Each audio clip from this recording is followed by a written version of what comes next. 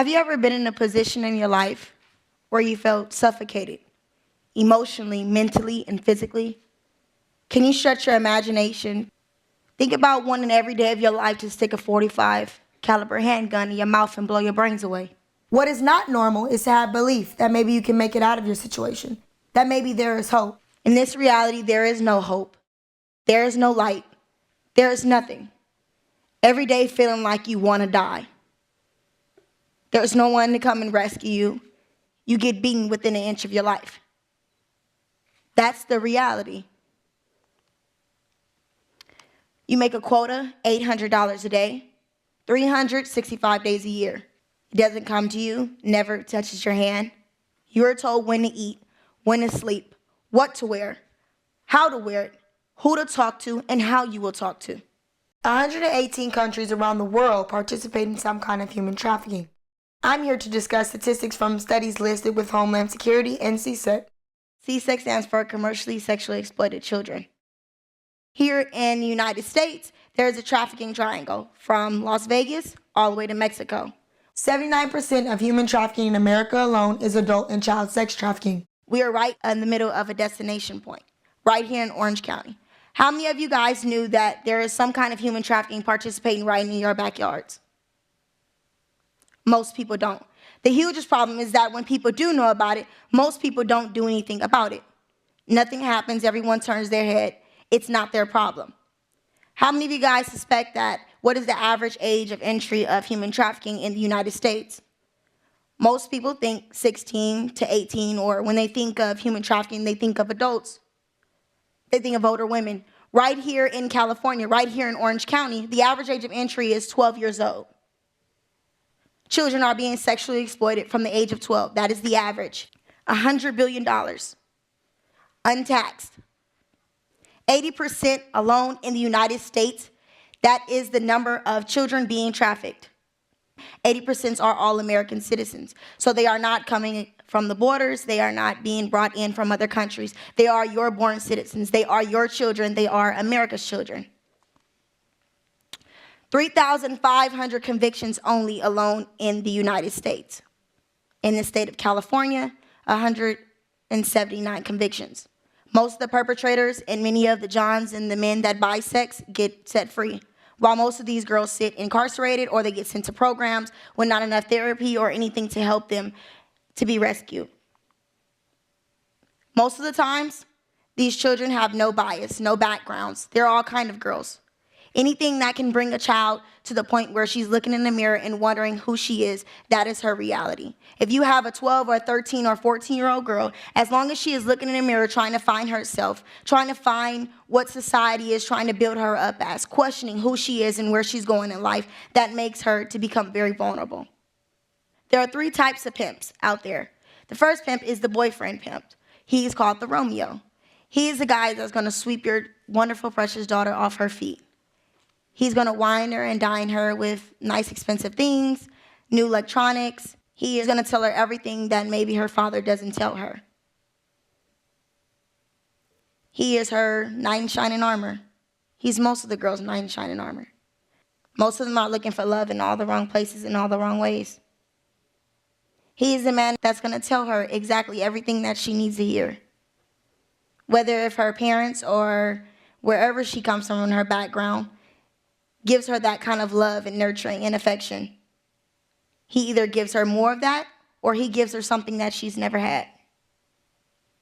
He's going to fill that void that she's been looking for daddy all those years. He's going to fill that void that daddy missed when he tucked her daughter in at night. While parents consistently go back and forth to work or work full-time hours and they're not enough time for their children in a day because they're trying to provide, that's the man that's going to take care of your child. That's the man that's going to sell her dreams and give her aspirations and make her have some type of ambition. What I'm going to tell you is something that may sound out of a video game or something that you see on TV or that you see in a movie, but it's not. The second kind of pimp, which is one of the second most common, is the gorilla pimp. He is the man that's going to beat you down, break everything inside of you. That light that was filled as a child that your mom or your dad gave you, that light that society and the world gave you and felt that you can take over the world, he's going to take every inch of that. by force, threats, whether it's photography, whether it's through videos. He's going to manipulate every situation to make you feel as if that you want to die, that this is where you belong, that this is where, from the day that I was born, this is what was set for me. The third pimp is the CEO pimp. They're most of the time legitimate businessmen, whether they're engineers, they're into music industry, whether they're doctors or lawyers. They're looking for some kind of extra income from on top of their ridiculous amount of income they already had. They are the men that most of the time they come as photographers or they come as a music opportunity. Any opportunity presenting itself for the child, for to make more money or to help the mother out or the father out at home or simply to get away to a better life. Photography is a number one huge thing that sometimes most of the CEO pimps and other pimps will use as in order to persuade the kids to stay. If you can imagine a 14-year-old kid being filmed in violent sexual assault acts 15 to 20 times at that night, imagine that being right in front of her and being faced of this is what your church would know, this is what your school would know. That's very fearful for a child or let alone an adult. Social media has a huge impact in what's going on today.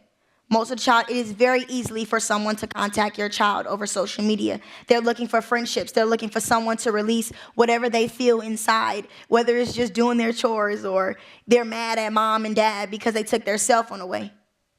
Most of their communications come through that. That's how predators and most of the time pimps, they can connect with the children. Hotel rooms, a lot of times sometimes get hush money. That is the way they move children from state to state to county in order to be isolated. That is the way you break a child down, not just an adult or human being, but a child, in order for her not to feel safe. In order for her to not know where she is or who she's around or who to go to or who to turn to. Little girls, they don't dream of becoming sexually assaulted 10 to 15 times a night for the rest of their lives. They dream of being princesses and doctors and want to save the world and become the president of the United States. That's what they dream of. They dream of becoming ballerinas and dancers. No child can consent to the sex under the age of 18. So how can she consent to have sex with 10 to 15 men a night? On multiple occasions, 20, it goes to that extreme. She doesn't understand her body or what she's there for in life. She's trying to find herself all throughout society. It's not a choice. It's never been a choice, and it never will be a choice. A child sex trafficker can make as much as $650,000 cash untaxed a year. That's with multiple of children. $292,000 with one girl. That's 365 days and $800 a night. Right here in your backyard. That's 3,000 to 7,000 violations per girl a year. To have anyone sexually assaulted even once is terrifying. That doesn't amount to the many times of 20 or 70 or hundreds of times of having to scrub your body to get that feeling away. Most of the times people think that these kids are drug addicts. They think that they come from these dysfunctional families or that they have to be intoxicated to do this. No one wants to buy a drug addict. Why am I telling you today? Why would I be saying something so horrific? It's because the ages from 11 to 15, I was one of those kids. I was trafficked right here in our backyard in Orange County. This was my life for 4 years. Nothing. Blank. I wish someone would have said something. I wish someone would have said, am I okay? I wish society would have did something. It sounds like something a game, and it's crazy because that's exactly how it is. Politics, lawyers, doctors, everyone turns their head to it. It doesn't happen. It can't happen right here. Not in the United States, not alone California. And my biggest thing today is to share my story. And what I'm asking you today is to stop this from happening. What I'm asking you is to do something about it. I wish a mother, I wish a father, I wish a doctor, I wish a coach, someone that came in my life would have said something. I wish someone would have told me that wasn't my choice, that it wasn't set for me. I wish somebody would have did something because in their gut it told them that this was wrong. Those wonderful mothers who took their children in at night, I wish someone would have asked because in their instinct, their motherly instinct, they would have asked, am I okay?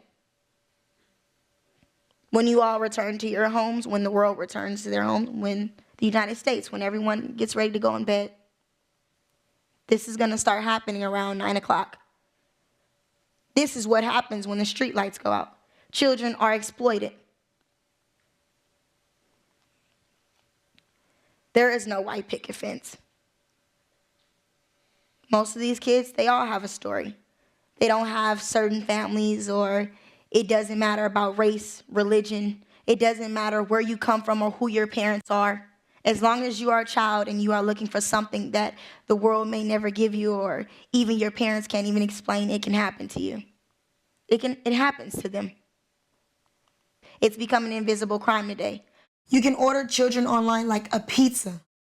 A lot of action and the sexual assaults by these children are being taken online. Social media, whether it's certain websites that sell sex, that sell children.